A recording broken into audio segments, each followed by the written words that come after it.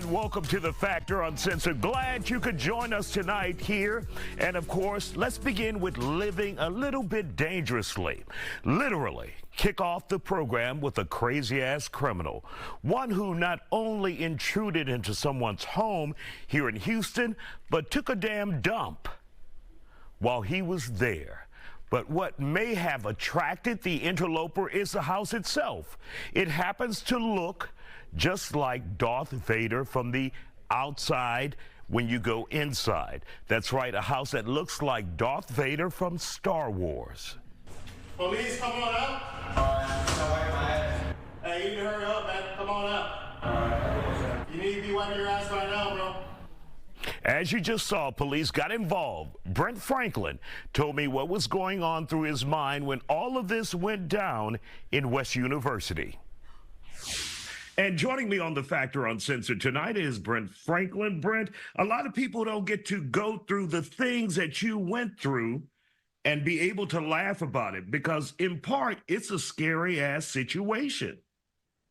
Yeah, no, it is. So the situation was that, I woke up and there was this big Mexican guy standing about 6 feet from the foot of my bed saying, "Hey, bro, this is a cool house."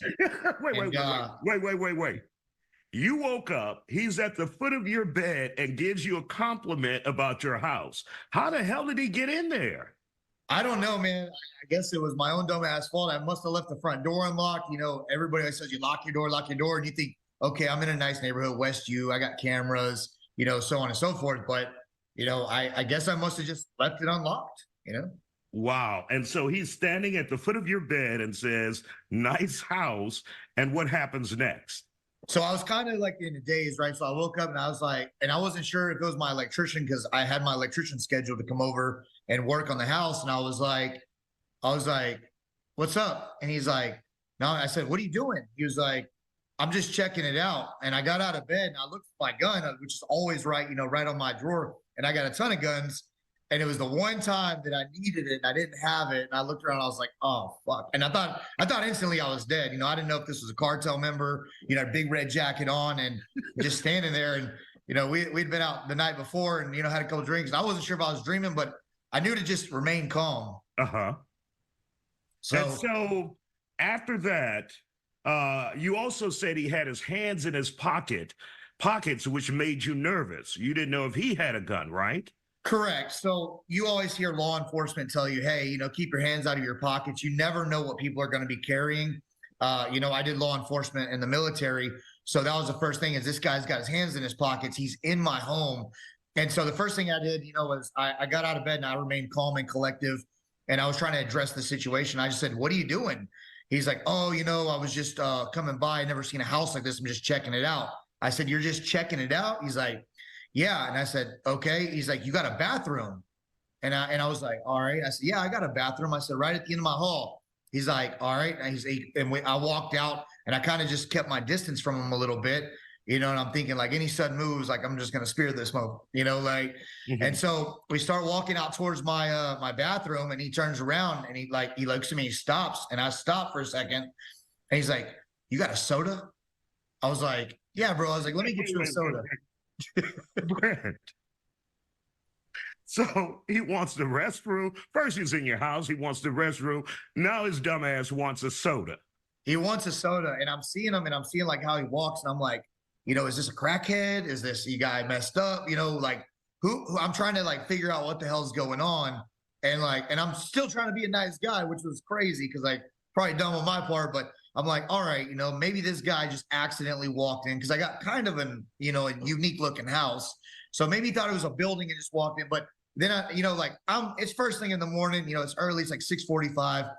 So he goes into my bathroom. I told him, I said, "Let me get you a soda." Because I didn't want to do anything to be confrontational in case he did have a firearm. Drugs mess up people a lot. Alcohol messes up people a lot. Xanax, the works. So I just wanted to make sure that, I kept the situation de-escalated and I remained calm. So as soon as he went into my bathroom, I went out to my Escalade and I grabbed a pistol out of it. And I came back in and I sat there in front of my bar and I said, "Okay, let me just ask him." I said, "Hey, bro, what's your name?" And he goes, "Jesus Christ." I said, "Oh, no." I said, "Well, you're about to go meet your twin brother, the other Jesus Christ." And you got about 10 seconds to come out of that bathroom. And he gets quiet. And then the light turns off. And I said, F-. And I heard moving around in there. And I'm thinking, the only thing in there is a little, is a little dresser. And I was like, is that guy moving it to position to shoot at me? You don't know what's going on first thing in the morning. And, you got this guy in your house. So I said, you know what? I said, let me just do this. Let me just step outside. I stepped outside. I called 911. And, I said, hey, I got an intruder in my house. I got a weapon. I got him at gunpoint, and he's in my bathroom. They're like, you didn't let him in? I said, he's an intruder. I said, hell no, I didn't let him in. I wouldn't be calling you if I let him in, and I told him, I said, don't tell the cops, don't come with sirens ablazing, because that can also trigger people too. Yeah. They hear something, they freak out. You got to just be as, proactive, to this situation as possible. So, man, I live in West University, and, the police here, they've always been strict.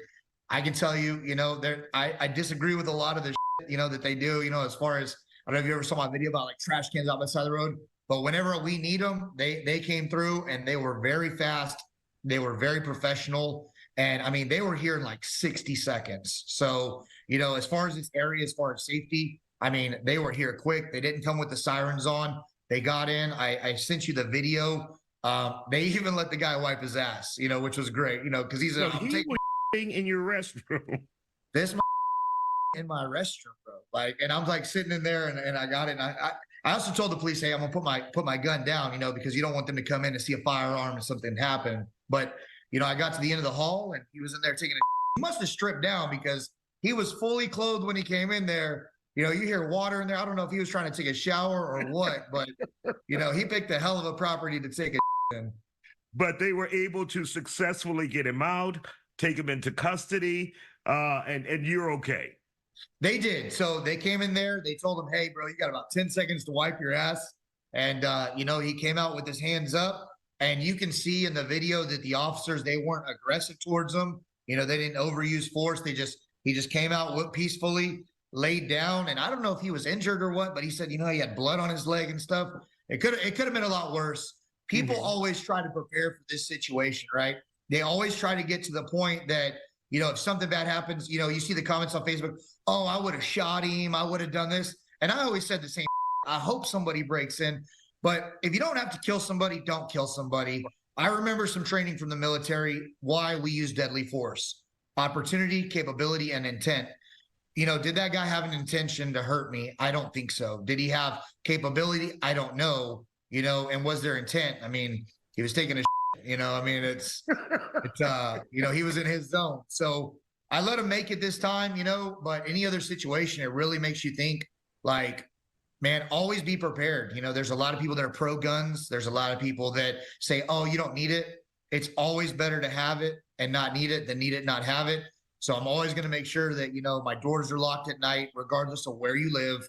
I'm going to make sure that, my security camera's in, and you just never know. And that's the thing. You just never know. And whenever you're in that situation, you just got to have a different type of mentality to just remain calm and think about what is the best way to get through this. And we're glad you made it through, Brent. A crazy morning you had, and I'm glad you're okay, and glad the guy is out of your house and his is over. So we thank you for joining us on The Factor Uncensored tonight, sir.